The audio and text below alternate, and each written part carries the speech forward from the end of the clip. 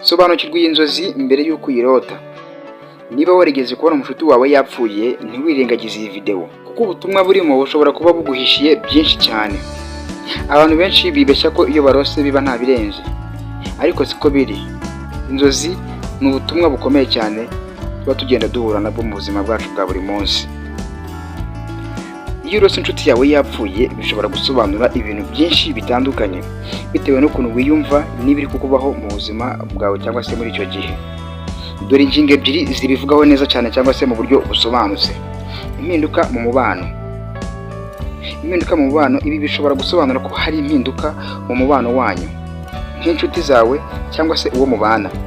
Wenda mukaba mutakivugana nk'uko byahoze, cyangwa se uri kumva wabuze wa mwanya wihariye mwajyaga mugirana cyangwa se bya biganiro byihariye mwajyaga mugirana wowe n'uwo muntu. Ingingo ya kabiri, kwibura cyangwa se gutakaza. Kwibura cyangwa gutakaza.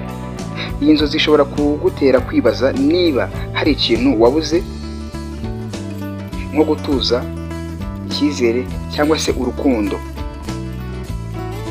Uvuga ngo iyi nzozi nyine ari ukuntu tugushyira mu rujijo. Uyu munsi tugiye kuganira ku nzozi zibabaje ariko zikunda kugaruka kenshi cyangwa se zikunda kurotwa n'abantu benshi bagiye batandukanye. Yes, kurota ubona inshuti yawe yapfuye, urumva ni ibintu biteye agahinda kabisa. Iyo ukiri kubirota bumva nyine hari ukuntu uzi ko ari ibintu bya nyabyo, ugasanga rwose wahangayitse. Ariko ndakubwiye ngo iyi nzozi tugiye kuba twayinonosora, twayiganiraho neza cyane, umenye ikiba cyihishe inyuma yo kurota iyi nzozi. Yes, ni inzozi zitera ubwoba ariko hari byinshi zishobora kuvuga, kandi si byiza guhita ugira gute utekereza ko ari ikimenyetso cy'urupfu rw'ukuri cyangwa se ari ibya nyabyo. No, ntabwo ari ngombwa ngo uhite wumva ukutse umutima wumve uvuze ngo buriya nyine ubwo mbitekereje cyangwa se ubwo mbirose bigiye kuba. No, ntabwo ibyo byo kabisa. Jya umenya ko ari inzozi, ubwo umenye ese ubutumwa bwaba bwihishe inyuma y'ibi bintu ni ubuhe, ese ni iki? Niyo mpamvu nanjye mbade hano nk'umuhungu wanyu Aizo, kugira ngo tugende tunonosora akantu ku kandi tumenye ibi bintu ngo biba ari ibiki. Let's go rero, reka dukomeze tugenda tubiganiraho cyane. Ngo hari igihe kandi izi nzozi ziba ari uburyo bwo gutekereza ku buzima n'urupfu. Si uko ari ubuhanuzi, ahubwo ni uko uba ufite ibitekerezo byinshi ndetse n'impungenge. Ibyo ndagufasha kubimenya muri izi ngingo ebyiri: kwitaho umuntu cyangwa se kwita ku muntu. Ingingo ya kabiri, ishusho yihindura. Yes, reka rero mpite ntangira nsobanura ino ngingo ya mbere yo kwita ku muntu. Kwita ku muntu, ngo niba ukunda iyo nshuti yawe, ushobora kuba ugira ubwoba bwo kuyitakaza cyangwa se kuyihomba. Ibyo biza mu nzozi mu buryo bwo kuyibona ipfuye cyangwa se kumubona yapfuye, bitewe n'uburyo umukunda ukaba umva udashaka kuba wagenda umutakaza, bikarangira umurose. Kandi koko nibyo, hari igihe uba ufite rwose umushuti ubona mumeranye neza cyane, ukaba wumva nta hantu yajya cyangwa se wumva mwagumana igihe cyose. Rero icyo gihe kabisa, iyo rwose ufite ubwoba bwo kumutakaza, ni hamwe ujya kubona warose izi nzozi, ariko ntibikajye bigukura umutima cyangwa se ngo wumve isi yahagaze cyangwa se wumve byagenze gute na gute. Jya umenya ko ari inzozi. Ukiri mu nzozi nyine uba wumva ariko bimeze, ariko ndakubwiza ukuri ngo ujye wumva utuje, wumve ko nta bintu byadanje, ahubwo nyine ariko kuri inzozi nyine biba zigenda zikwereka ibintu bigiye bitandukanye mu buzima bwawe. Ubwo nizere ko ino ngingo ya mbere muyumvise neza cyane. Reka dukomeze tujya ku ngingo ya kabiri kabisa, ngo ishusho yihindura. Aha baratubwira ngo urupfu mu nzozi ntiruhora ruvuga kurangira cyangwa se gupfa bya nyabyo.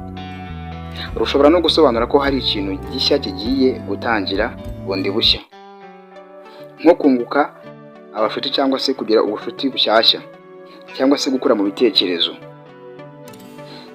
Hari ukuntu nyine umuntu yumva ko igihe cyose arose byo gupfa nyine biba ari ugupfa, ariko ntabwo ariko buri gihe bigenda. No, ufite kuba nyine hari ikintu gishyashya kigiye kuba cyaza mu buzima bwawe cyangwa se cyaza mu bintu byawe kabisa, kandi kikaba ari ikintu kizima, cyangwa se ukagenda ukura mu bitekerezo gake gake uko iminsi ibigenda yicuma.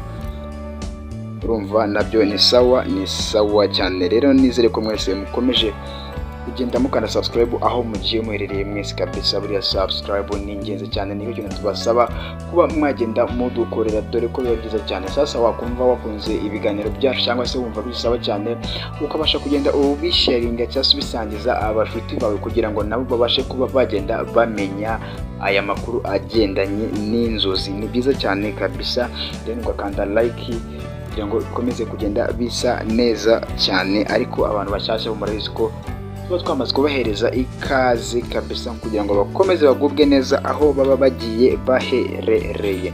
Reka natwe dukomeze kugenda tuganira kuri iyi nzozi kabisa y'uko tubona umufuti wawe yapfuye.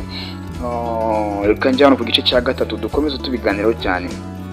Ngo niba inshuti yawe yapfuye mu nzozi itarakubabaje cyangwa se warumvaga nta birenze, ngo byaba bisobanuye ko hari ikintu cyarangiye mu buzima bwawe ariko wacyakiriye cyangwa se wamaze kwiyakira ko icyo kintu cyarangiye cyangwa se cyagiye.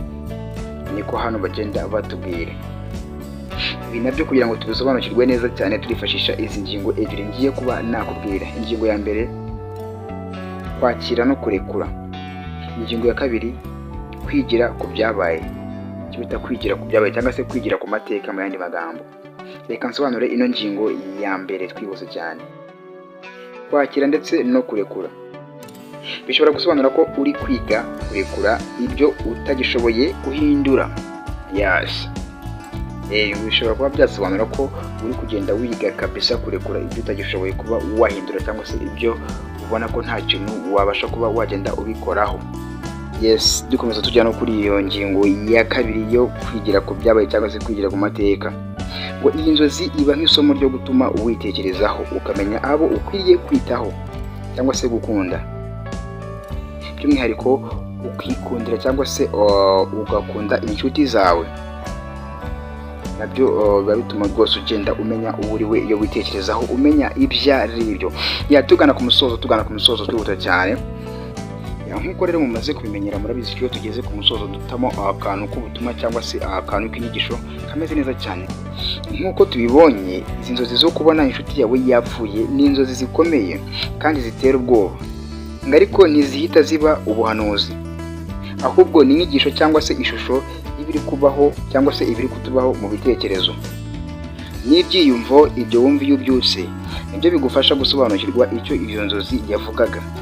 Niba wumva zibasira umutima wawe, ni byiza kujya ugira abo muganira, kandi kwegereza Imana nabyo birafasha cyane, dore ko Imana ibikumva igihe cyose. Mujye musenga nyamuneka. Akenshi rwose nugira inzozi kumaze gutera ubwoba, ujye unasenga rwose, uhaguruka unasenge.